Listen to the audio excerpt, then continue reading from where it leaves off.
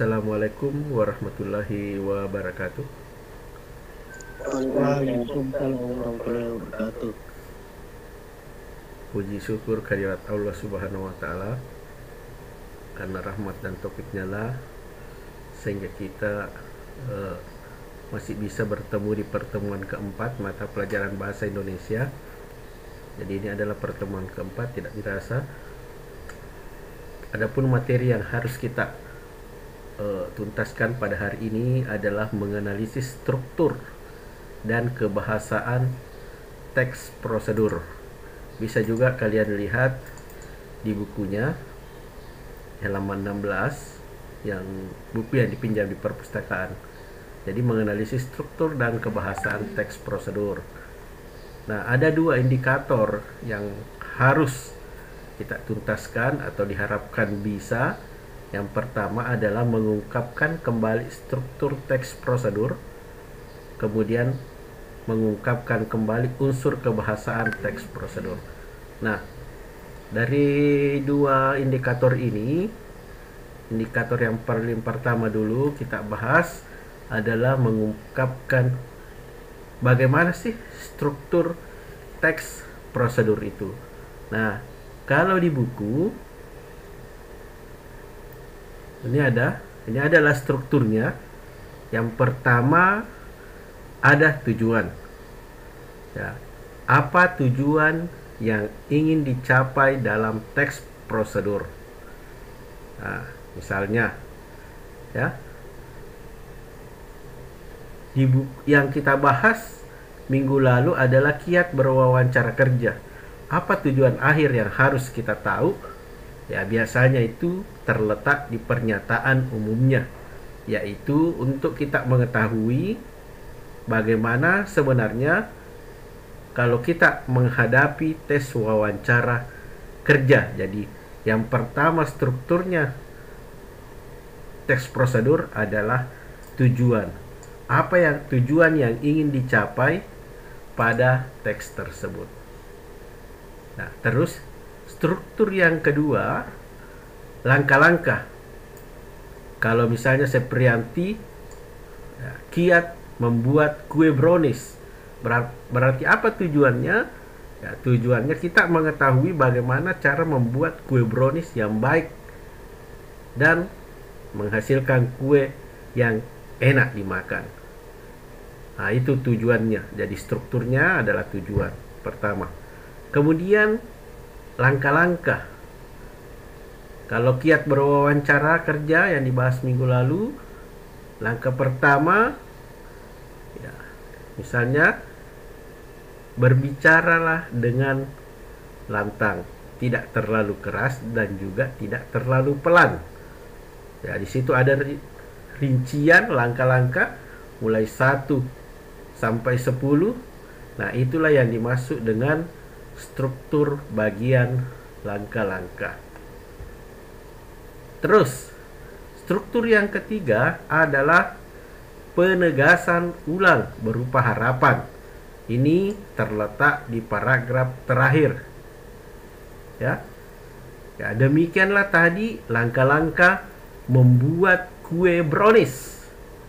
Saya harap teman-teman bisa membuat kue brownies seperti yang saya ajarkan tadi. Itu namanya penegasan ulang. Nah, kalau kita lihat yang di classroom juga ya, materinya juga ada di classroom. Ini strukturnya tadi tujuan. Nah, yang tidak ada tadi itu saya bahas adalah alat dan bahan. Kalau kita tips membuat kue pasti ada alat dan bahannya. Nah, ini opsional, artinya boleh ada atau tidak ada. Kalau membuat sesuatu, kalau sejenis kue, berarti itu ada alat dan bahannya. Apa alat dan bahannya? Ya, mungkin alatnya loyang, bahannya tepung terigu. Tujuannya membuat kue brownies, ya cara-caranya kita harus tahu. Alatnya itu tadi loyang, tepung. Langkah-langkahnya ya, 1, campurlah 2 aduklah. Kemudian 4 penegasan ulangnya. Demikianlah tadi cara membuat kue brownies yang saya praktekkan. Saya harap teman-teman bisa mempraktekkan membuat kue brownies. Penegasan ulang atau penutup itu juga boleh ada atau tidak ada. Jadi yang wajib harus ada adalah tujuan dengan langkah-langkah dalam sebuah teks prosedur. Alat penegasan ulang itu opsional. Nah, ini ada contoh. Kita lihat. Kiat menata rambut pendek. Ya, kita lihat di buku soalnya. Nah, ini. Mana tujuannya? Apa yang ingin dicapai dalam tips atau kiat menata rambut pendek? Ya, tentunya adalah bagaimana berpenampilan yang jadi tujuan yang ingin yang dicapai adalah ini. Coba lihat, gaya rambut bob pendek kini mulai disukai lagi. Meskipun terlihat sederhana, untuk gaya rambut seperti itu juga diperlukan perawatan yang benar. Nah, jadi tujuan yang ingin dicapai itu terletak di pernyataan umum. Ya, biasanya pernyataan umum terletak di awal. Nah, ini yang ingin dicapai. Diperlukan perawatan yang benar terhadap rambut pendek, biasa juga disebut rambut bob. Nah, terus langkah-langkahnya: keringkan dengan handuk, gunakan produk styling, blow dry dari akar rambut terlebih dahulu, tambahkan kesan bervolume, terisi penuh. Adakah penegasan ulangnya di sini? Ternyata tidak ada. Ya, penegasan ulang itu setelah langkah-langkah, biasanya di sini, di bawahnya ini paragraf terakhir. Tapi ternyata di sini tidak ada karena memang itu bersifat opsional. Nah, alat dan bahan. Adakah alat yang disebutkan di sini? Ada, tapi tidak ini handuk. Apalagi ini ada produk styling. Ini bisa kita tuliskan alat dan bahannya. Apalagi sisir. Apanya yang tidak ada di sini adalah penegasan ulang. Oke, sampai di sini bisa dipahami? Bella, Ampel, Setprianti, Yusril, bisa mendengar suara saya, Herlangga? Halo? Bisa, Pak. Bisa, Pak. Bisa ya? Iya, Pak. Bisa. Iya. Jadi saya ulangi satu kali lagi, untuk struktur ya, struktur teks prosedur itu yang pertama adalah tujuan ini. Kemudian langkah-langkah. Terus yang terakhir penegasan ulang. Penegasan ulang boleh ada atau tidak ada. Kalau tidak ada, biasa disebut dengan teks prosedur tidak lengkap. Tapi yang wajib ada adalah tujuan dan langkah-langkah. Terus yang keempat yang boleh ada dengan tidak ada adalah alat dan bahan. Di sini dikasih contoh. Oke, tujuan yang ingin dicapai adalah perawatan yang benar. Ya, terhadap rambut pendek sudah ada. Langkah-langkahnya juga sudah ada. Nah, alatnya juga saya lihat tadi di sini ada gunting, ada sisir. Nah, terus yang tidak ada adalah penegasan ulang. Oke, bisa dipahami? Nah, kalau ini contoh soalnya. Tujuannya apa? Tujuannya adalah merawat dengan benar rambut yang bertipe bob atau rambut pendek. Itu tujuannya. Langkah-langkahnya tadi jelas. Tinggal dituliskan sini nomor 1, nomor 2, 3. Penegasan ulang. Nah, ternyata tadi penegasan ulangnya tidak ada. Nah, kesimpulan. Ya, silahkan kembangkan pendapat masing-masing. Ya. Kalau saya memberi kesimpulan, ya, berdasarkan wacana kiat merawat rambut pendek, saya berkesimpulan untuk merawat rambut pendek tidaklah terlalu susah seperti merawat rambut yang panjang. Nah, ini contoh latihannya. Selesai lagi kita bahas. Ada yang mau bertanya sebelum kita ke indikator yang kedua? Pak tidak mengerti Kak tujuannya. Pak tidak mengerti Kak langkah-langkahnya. Pak, oke, silahkan direspon Nak. Ada yang mau ditanyakan? Halo? Masih bisa mendengar suara saya? Andi Patia bisa dengar suara saya Nak? Halo? Saya tidak lanjut kalau tidak ada respon ini. Halo, bisa mendengar suara saya? Bisa Pak. Bisa Pak. Bisa. Bisa dipahami tadi tujuan, langkah-langkah, penegasan ulang. Kalau tidak, saya ulangi lagi. Jadi, tujuan dalam teks prosedur adalah hal yang ingin dicapai. Contoh soalnya tadi, ya, tips merawat rambut pendek. Kemudian langkah-langkah. Langkah-langkah adalah hal yang harus dipraktekkan dalam teks prosedur. Ya, langkah-langkahnya tadi di sini mulai dari 1. Keringkan dengan handuk sampai tambahkan kesan volume terisi penuh. Itu. Kemudian penegasan ulang. Dari teks di atas tidak ada penegasan ulangnya. Kemudian disuruh bikin kesimpulan. Berdasarkan wacana di atas, saya berkesimpulan merawat rambut pendek tidak sulit merawat rambut panjang. Oke, bisa dipahami?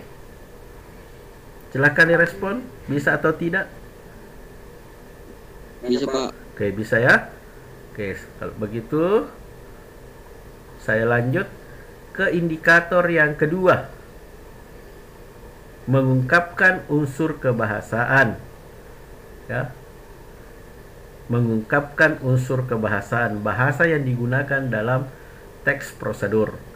Materinya ini juga sudah saya share di Classroom ya, ini.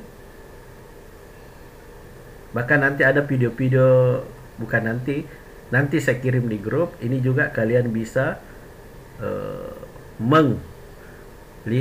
mendownload atau melihat langsung kalau ada kuota. Oke, ini mengungkapkan unsur kebahasaan. Ya, saya ulangi, mengungkapkan unsur kebahasaan itu juga ada di buku.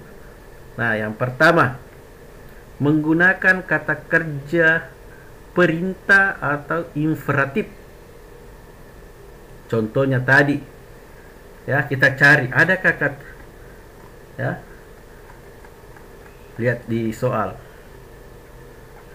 Nah, manakah contoh kata perintah di sini?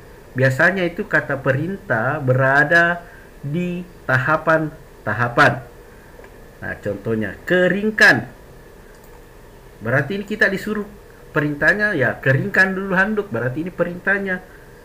Ya, ini mengeringkan. Berarti kita disuruh mengeringkan rambut terlebih dahulu.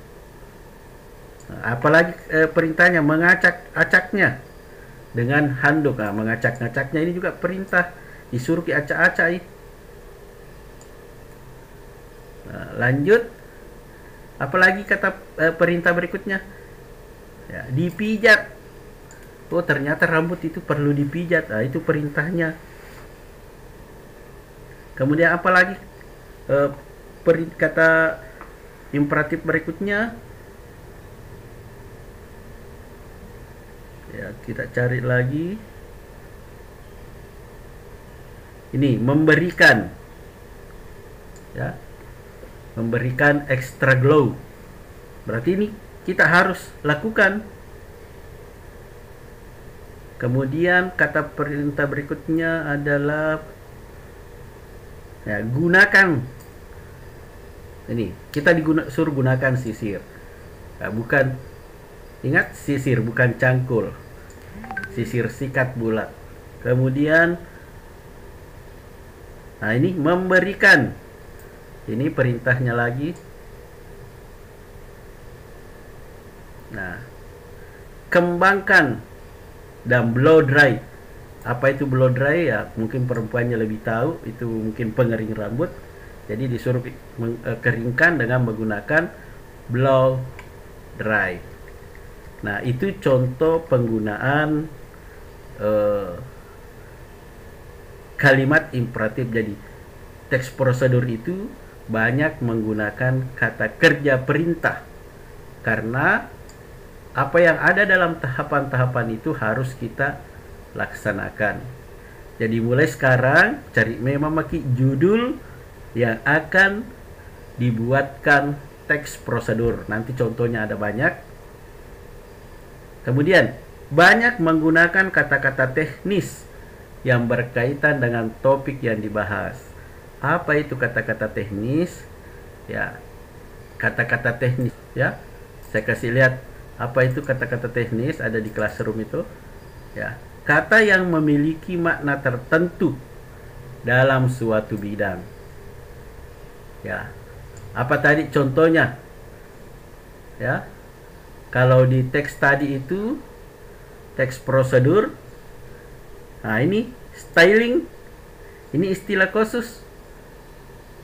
Apalagi atau kita langsung ke bukunya biar jelas.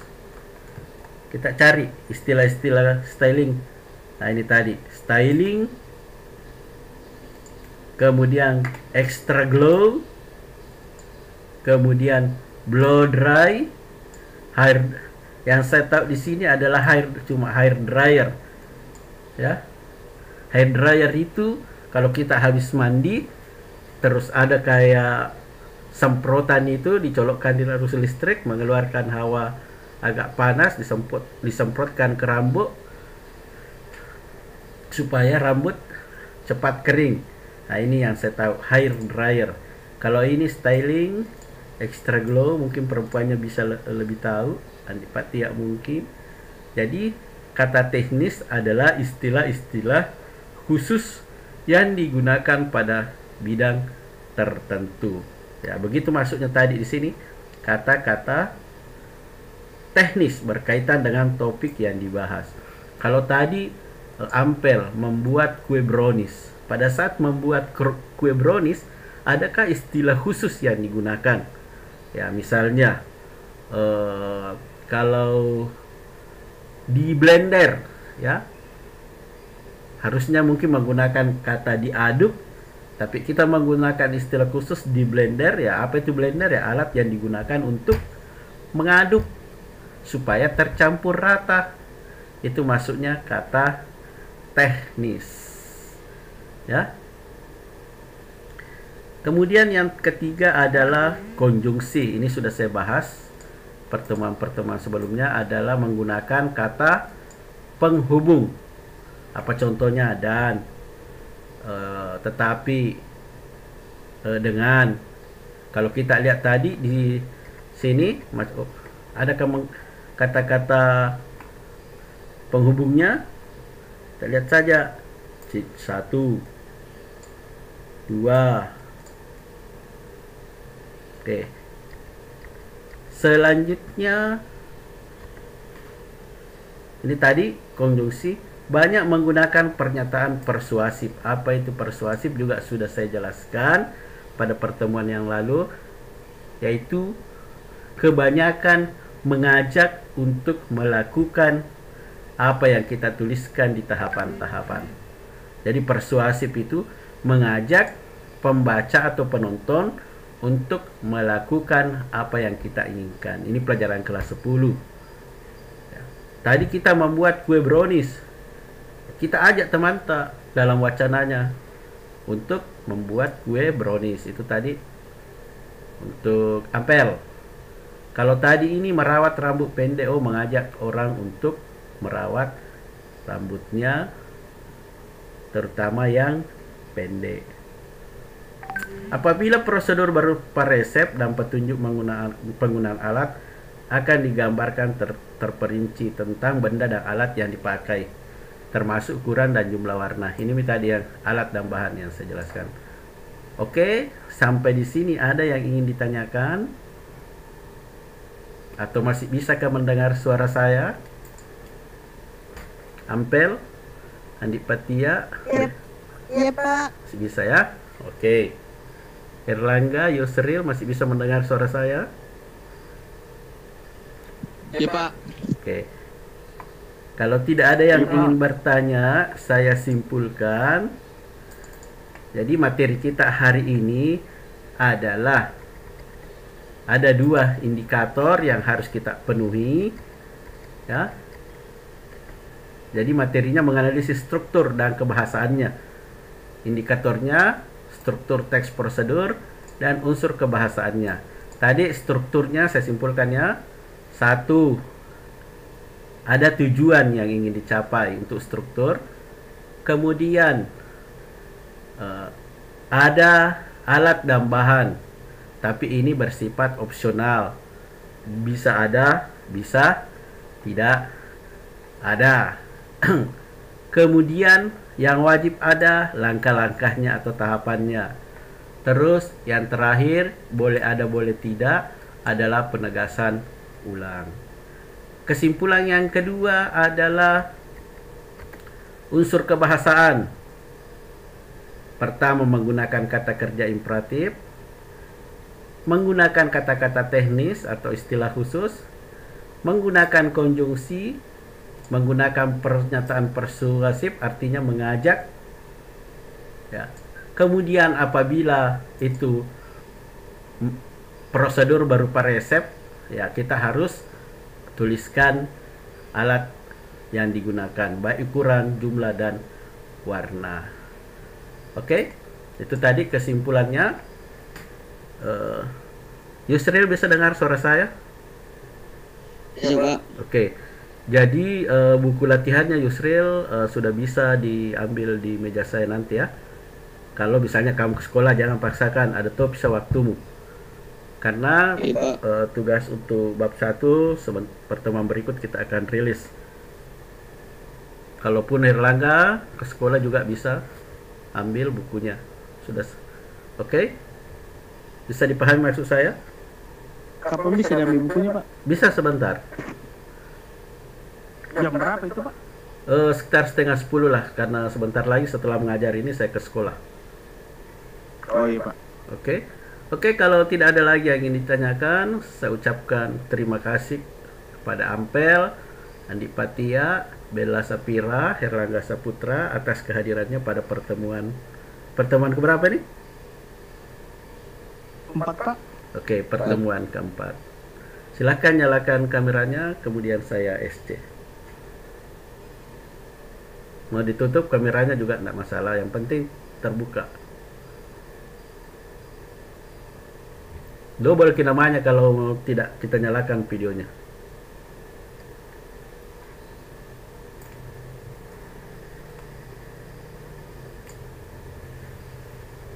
Oke, sekali lagi saya ucapkan terima kasih atas kehadirannya. Dengan ucapan alhamdulillahirabbil alamin, pertemuan keempat saya nyatakan sudah selesai. Wassalamualaikum warahmatullahi wabarakatuh. Waalaikumsalam warahmatullahi wabarakatuh.